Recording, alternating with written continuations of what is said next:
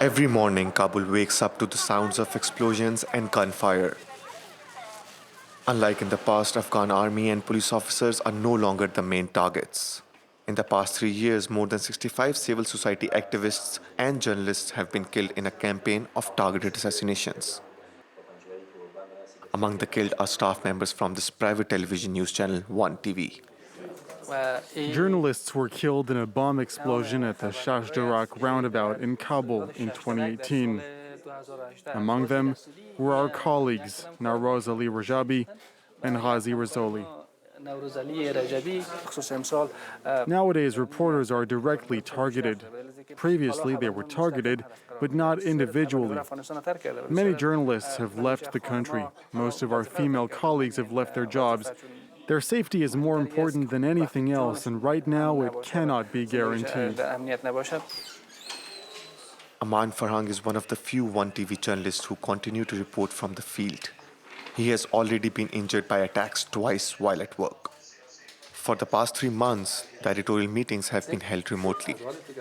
On the other end of the line are 2 of the channel's editorial heads. They have been forced to leave the country after receiving threats. About 100 district police chiefs have been appointed. Details have been requested from the Ministry of the Interior, but they say they are not in charge of this.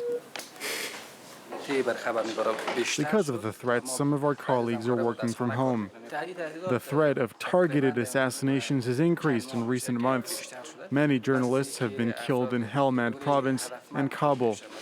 The security services have told us to be careful.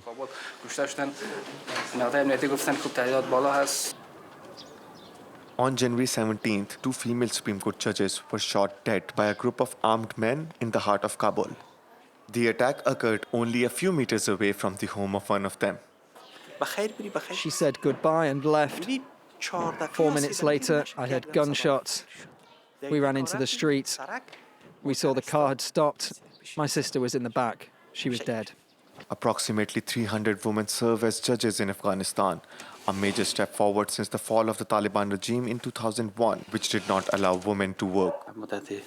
She had been working for 34 years. She loved her work, her country, her people, her family. She traveled to France, the United States and Korea. I told her several times not to come back home, to stay there because of the situation here. She always refused. She told me, I love my country and I want to come back. The government has failed to protect them. No one from the Supreme Court came to offer their condolences because they're afraid for their safety. But they clearly don't even care about the safety of their own judges.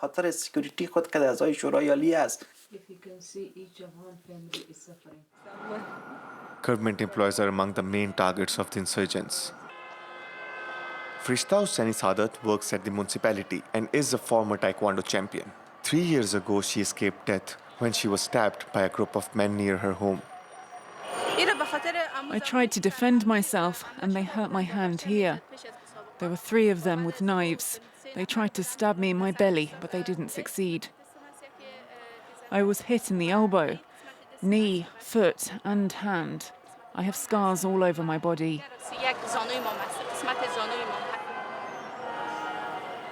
Throughout the country, women feel particularly persecuted. Women have no rights in Afghanistan. It's a country that wants women to stay indoors, to work like slaves in the house. And that's why I can't say that only the Taliban are behind these attacks. They may come from several groups who have a very conservative mindset and do not want progress in Afghanistan.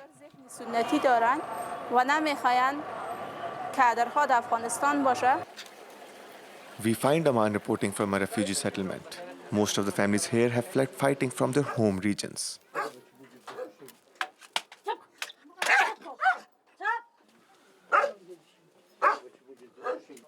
Aman has received a tip from a local representative of the camp.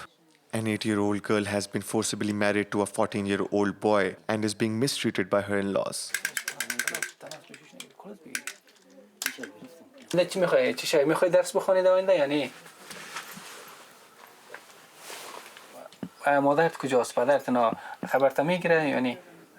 نمیگیره. In Afghanistan, there are many subjects that need to be reported on: poverty, economic problems, insecurity, forced marriage, underage marriage. We need to cover that. It's risky to be out there, but it's also our duty. Like so many others, Aman could pay dearly for his courage. Meanwhile, the outcome of the peace negotiations between the Afghan government and the Taliban still remain uncertain. And on the ground, violence increases day by day.